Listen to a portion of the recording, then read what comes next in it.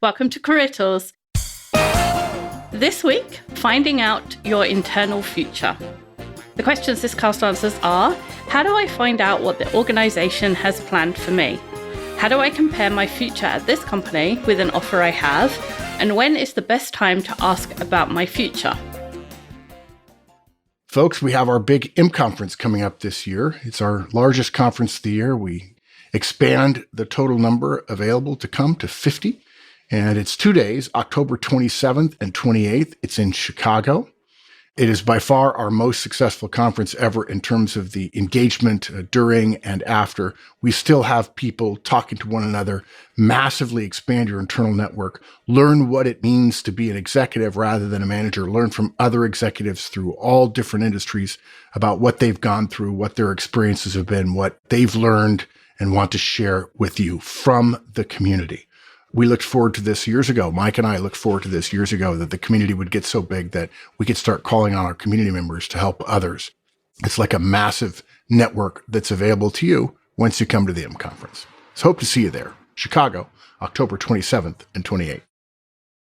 Andrew, this came out of so many emails that we've had to customer service where people say, hey, I'm looking at another job or I've got another offer, but I don't know what my company has planned for me, and so I can't make that comparison. Do I just go in and tell them I have another offer? Like, what have you got? Which is, the answer is no.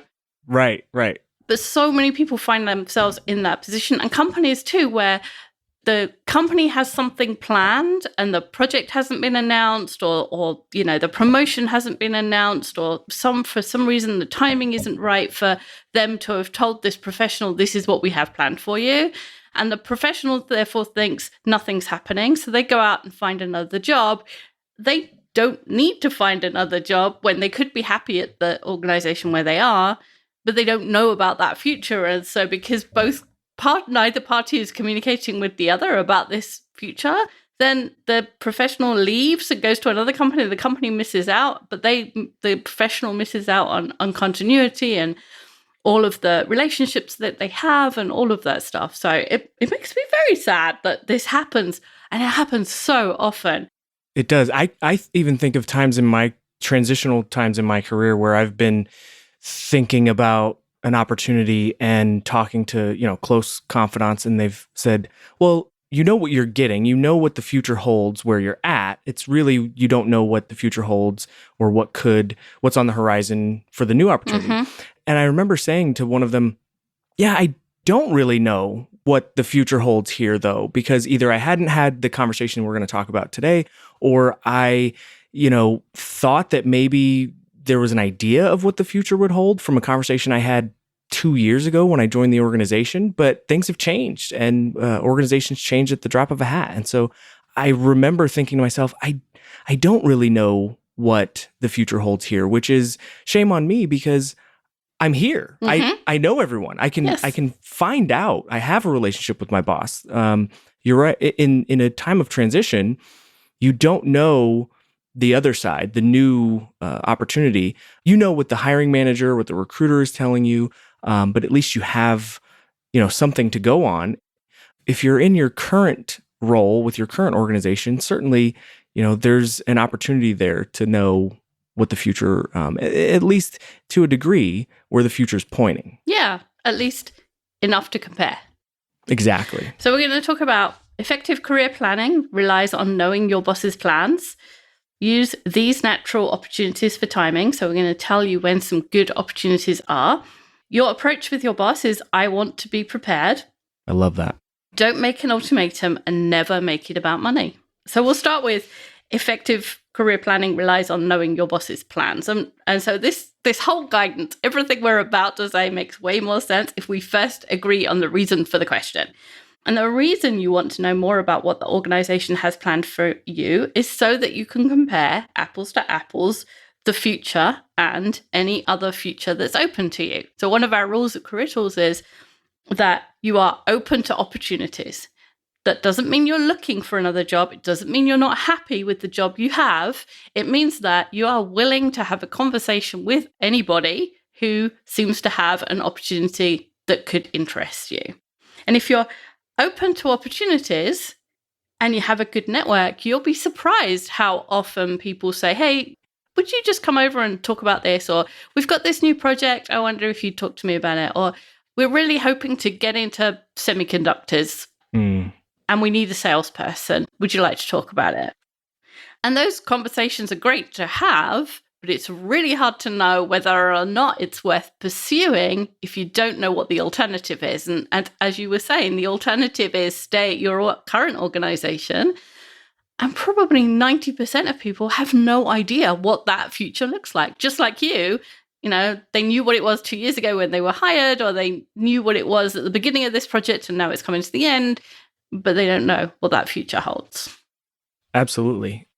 And I would say the other thing is that when you're talking about comparing apples to apples, you're comparing the new opportunity and the prospect and the potential future to just your current state. Right. And that's nowhere near an apt comparison.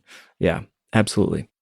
And you can't know if X is a better offer than what you have now unless you know what your current organization has planned for you. Because in a job offer or a job interview situation, the hiring manager lays out what they expect to happen in the next 6 months to a year, the skills you'll be using, the growth opportunities, or at least if you ask those questions in an interview, you'll get those answers. Not everybody does.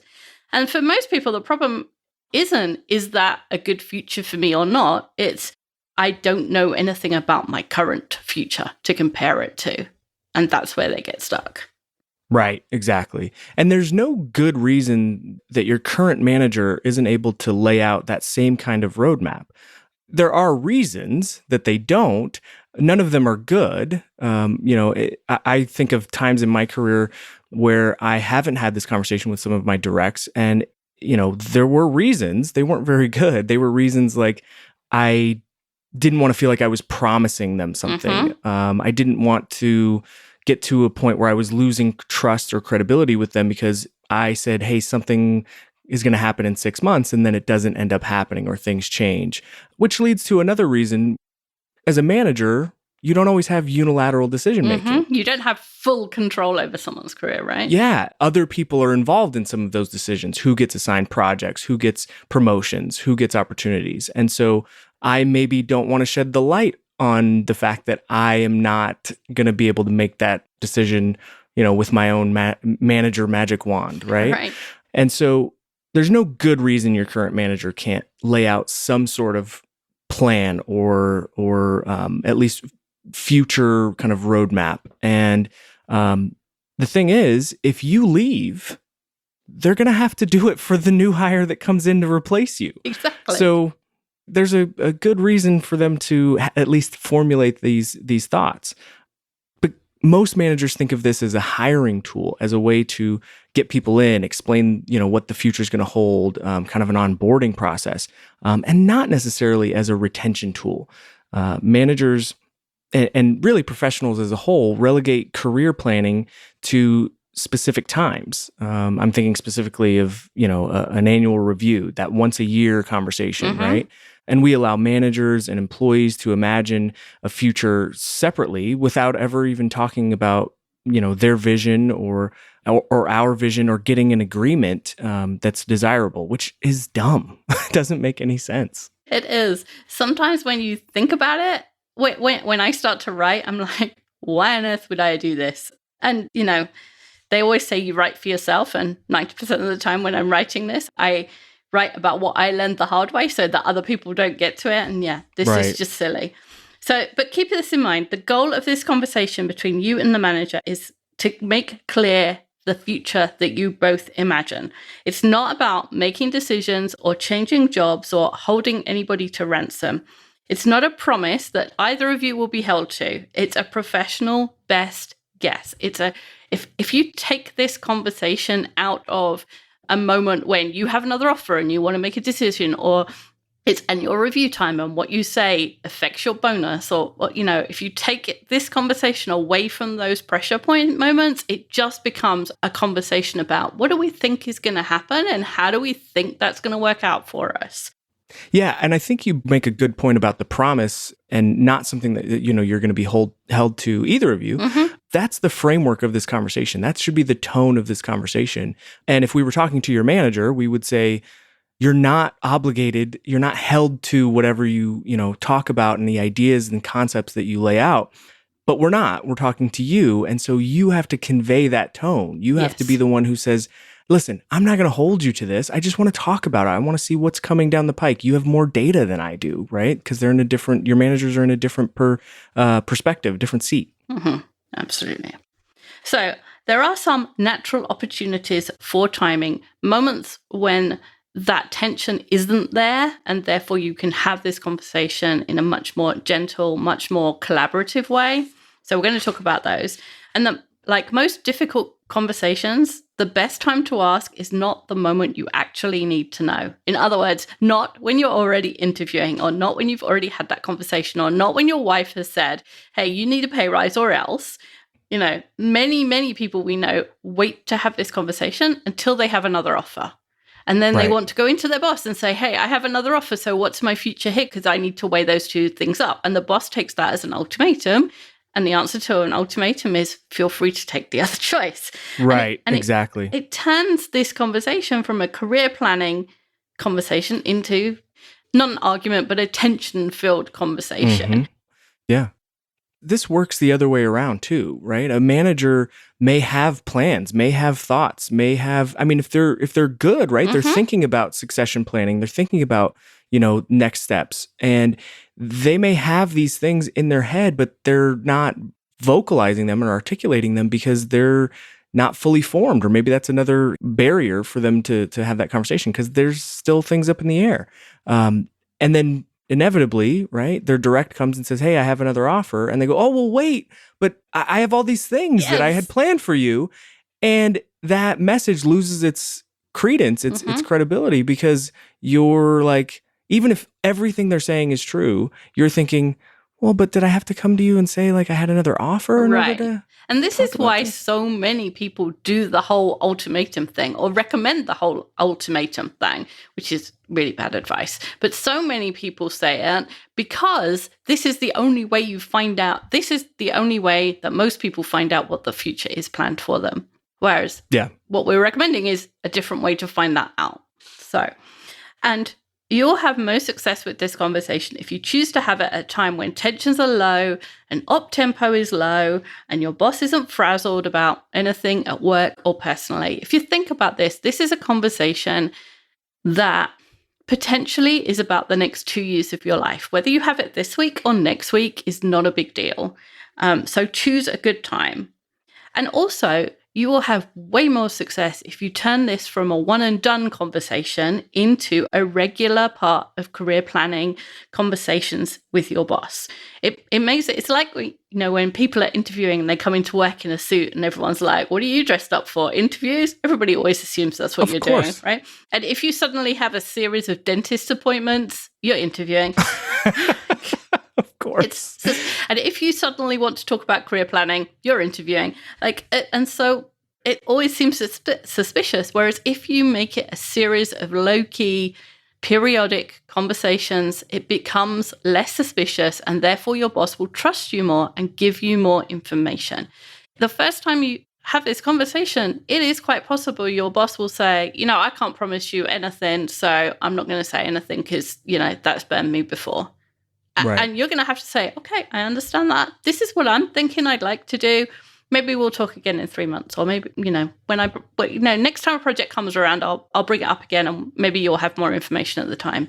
You have to understand that bosses have been burned before, and they're bringing that into their management of you. Mm-hmm. And I wish that weren't true, but that's human nature, right? And the great part about that is when that project comes up, that's not the first time you've talked about this. Exactly. Right? You brought it up. They were kind of dismissive, and that's totally fine, understandable. But now there is an opportunity, and it's not it's just like when we talk about maintaining your network, right? You reach out when there isn't anything to reach out about. You reach out when you don't need something, so that when you do, it's not the first time you've had that conversation. The same principle, right? It's the same thing. Your annual review is the obvious place to have this conversation, whether it's part of the process or not, asking questions like, how do you see the year going for me? What opportunities do you see in this year for me? What should I be learning this year? I love that question. What should I be learning? Because that's not asking for anything specific. That's not, jumping at, a promotion or asking for anything. It's just saying, hey, what should I be learning? Right? I'm continuously trying to invest in my own development. What can I be learning? All of these are reasonable questions from someone who just got a good review. Now, if you got a bad review, don't ask these questions. Your focus should not be on the future. It should be mitigating issues brought up before asking, forward-looking questions like these. Folks, if you're listening to the show and you don't have a license to our work, I urge you to consider it. It's only $200 a year. In fact, I just mentioned the M Conference in an earlier ad.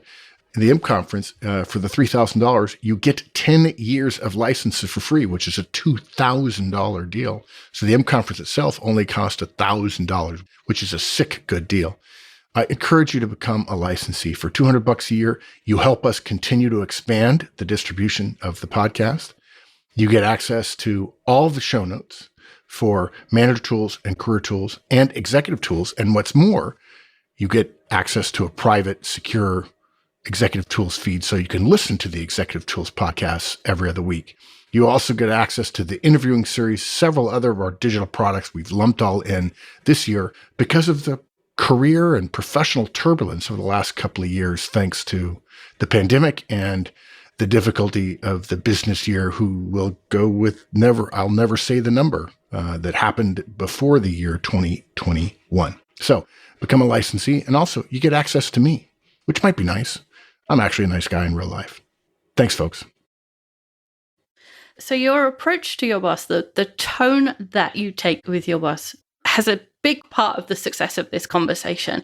So what you want to be saying is, I want to be prepared. What you're not saying is, this is what I want my future to be. What you're saying is, I want to be ready for the future you envision for me. That's a hard word to say. Yeah, but that's a great sentiment. That's a great way to put it. Yeah. So another good time for this kind of conversation is when there's a new project or a new initiative announced. And again, be careful of the timing. Don't ask in the kickoff meeting with 100 people in the room, right? It makes you sound selfish. What's in this for me, right? Yeah. Don't ask the moment that the initiative or the project is announced, because your boss hasn't had time to think about the plan. They need a few days, especially if it's something big, to chill, right? To go, okay, I'm going to put this person here and I'm going to put this person here and we're going to do this and this and this. And then like 2 days later, when you come, then there's something there. So wait for your next one-on-one meeting, or a meeting where there's just you and your boss. And if you don't have a meeting like that, you should have, it's called, I can't remember what the podcast is called, that is about one-on-one meetings with your boss. Professional updates? Yes, professional updates. That's the one, which is how to have one-on-ones if your boss doesn't do one-on-ones. But right. Those kind of meetings is a really good place to ask. And you can say something like, yeah, boss, I'm really excited about this new project. I want to support you the best way I can, and I want to get prepared for that now. So what impact do you see it having on my role in the next 6 to 12 months? It's not about, hey, what's in this for me? It's not about, tell me what my future is so I can compare it to other things. It's about, how can I support the team and the organization and get this thing done? Another way to say it is, boss, I'm really excited about this new project. I want to support you the best way I can, and I'd like to get prepared now. What opportunities to serve do you see me having in the next 3 to 6 months? It's all about how can I contribute, not what can I get. Right. I think that's what hinders people from having this conversation. Is this is the kind of conversation that many people don't have, because they know what they really want to know about is their future. And it seems disingenuous for them to pretend to make it about serving the boss or serving the organization. But you're not pretending. It's about your future, but it's also about the contribution that you'll be making to the organization, to the team. They're just different ways of looking at the same future behavior. Do you hold the door open because your mom's going to flick your ear if you don't? Or do you do it because you want to help the old lady who's, walking in with a cane? Why can't it be both? Yeah. There are other opportunities to have these conversations, not just the annual review or not just your one-on-one. You just have to look out for them and be mindful of them. Listen for the moment that you can make a graceful segue rather than asking out of the blue. this is a very nuanced form of a conversation to have, right? And after what, I don't know, 12 years of doing casts, we're getting into some nuance here, right? It's not as it's not as cut and dry as cut and dried as some of the other things that we've talked about. So, but when your boss starts talking about something that's going to happen in 3 months, then it's perfectly, in 3 months' time, we're going to have moved to this system. Okay, so how do you see the team moving then? Or how do you see the focus of our team moving then? Or this project's going to be done. Oh, and what do you see for the team? Like if you say it for the team, again, it's the same as asking, what's my future? But it's just a different way to ask the same thing. Yeah, I think of this as even you could ask questions like, who all do you think is going to be involved in a transition like that? Mm-hmm. And then immediately I would think, okay, I'm going through my mental Rolodex. Do I know somebody over there? Do I know somebody in that department? If I don't, well, I've got 6 months to start building a relationship. Yeah. Rather than, hey, there's this project and now I got to be best buds with someone who I've never met and don't know. Exactly. Right? Yeah. Yeah.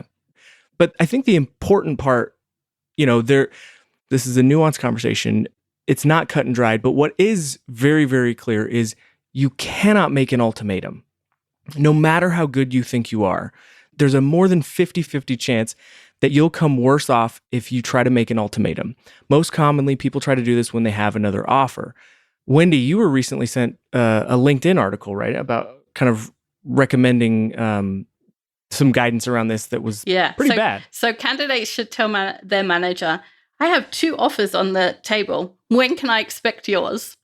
And Mark and I answered it the first, never o'clock is when you can expect mine. Because if you think that you can change the way my organization works, pressure me, if you think that ultimatums work here, you're wrong. And you are not the person I want on my team. That's it. It's not just that it's rude to say it that way.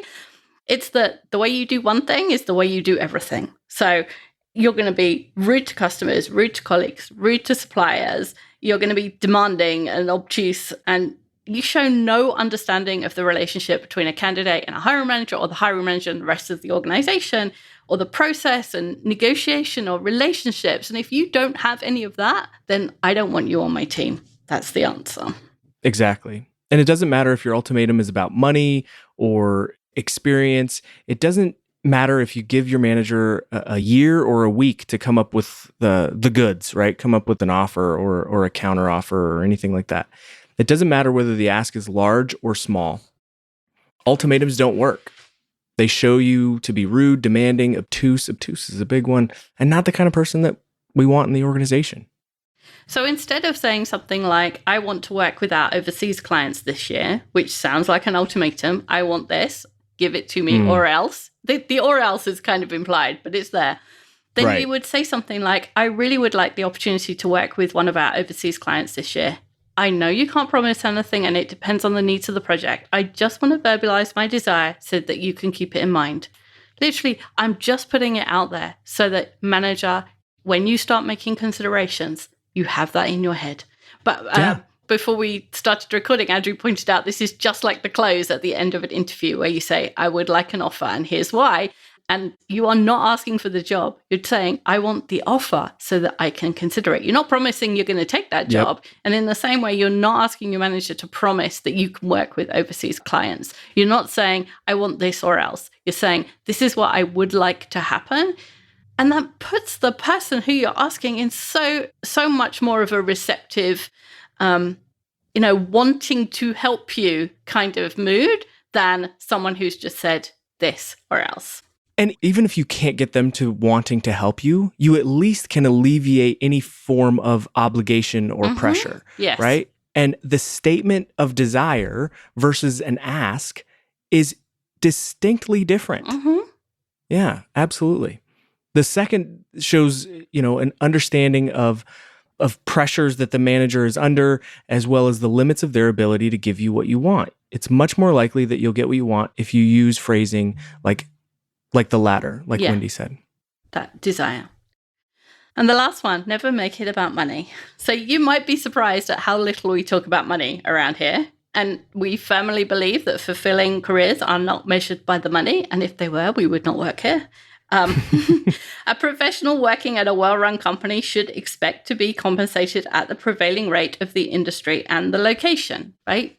When you go for a job, the expectation should be that the salary is fair. Right. Commensurate with. Yeah.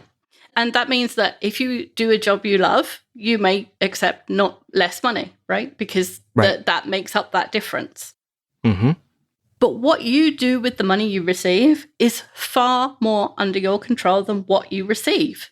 So you have control about how you spend it, even when you don't have the control of how much you get. And making your internal future about money makes you less likely to get what you want, not more. It's the same as this desire ask, the ultimatum thing. It's almost the same thing. And the easiest way to understand this is to put yourself in the shoes of a manager. Yeah, imagine that you have two directs and they both have asked for more this year. One of them says, I really would like the opportunity to increase my salary this year. I know you can't promise anything and it depends on the needs of the projects. I just want to verbalize my desire so you could keep it in mind. So the right wording, but this time we're asking for an increase in salary. Right. And the other says, I really would like the opportunity to step up to be a project lead this year. I know you can't promise anything and it depends on the needs of the project. I just wanted to verbalize my desire so you could keep it in mind. Now, it's 2 months later and you're trying to work out how to staff some projects. In most cases, your company and in every other company, employees step up to the next role without an initial pay rise. In some cases, it's thought that they need to prove themselves capable. But in some organizations, it's just because the HR process or the compensation process lags behind the actual work that needs to be done. And your choice as a manager is between someone who wants to step up to the next role and someone who wants more money. Psychologically, in order to make choices, we have to imagine the future with each of the choices. So we imagine the first person in the role, they wanted more money. They are not going to be happy because they won't get the pay bump, at least initially, but they'll have more responsibility, which is not what they asked for. On the other hand, we can choose person 2 who expressed a desire for the role. They're going to be happy because they got what they asked for. As a manager, we would choose person 2 because we want willing, happy people in important roles. It's not actually possible for a manager to make their team happy. It's better for them to be productive so that they can discover their own happiness. But we're human, and humans generally look to reduce friction and describe that as increase in happiness.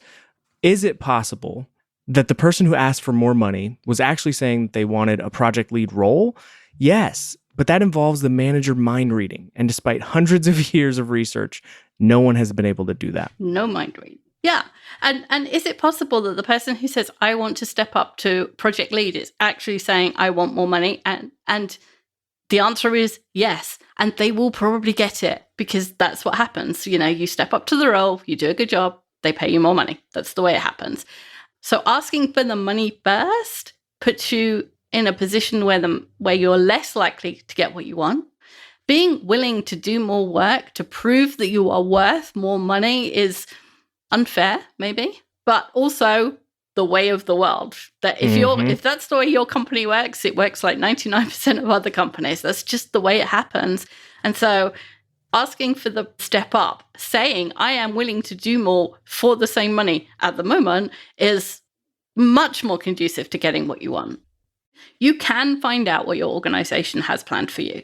And often this conversation doesn't come about not because the organization has some secret future for you that they don't want to share, but because they think it's obvious, or that you know that you're valued, or that you know what your manager's plans for you are. And the trick to making the conversation easy is to ask the right way at the right time. And if you want your boss to be open and honest with you, in as far as she can be with the limits of the organization, you have to be open and honest too. You have to be willing to have these difficult conversations in a way that's palatable for your boss, in a way that makes it easy for other people. And then you have this conversation once every 6 months. You bring it up at the end of your one-on-one. Hey, boss, I see that, I can see in the next 6 months we're going to be doing this, this, and this. How do you see that me contributing to that? How do you see that working out in my my role contributing to that, or how can I be ready for that now? How can I be getting ready for that now? That's the way to have this conversation, and then never will you not know what your internal future is. And I know this goes without saying, but sometimes the things that go without saying need to be said. Make sure you're getting good results when you have this conversation. Yeah, absolutely. What he said. Thanks, Andrew. Thanks, Wendy. That's all for this week. We'll be back next week with a new topic. Bye, everyone.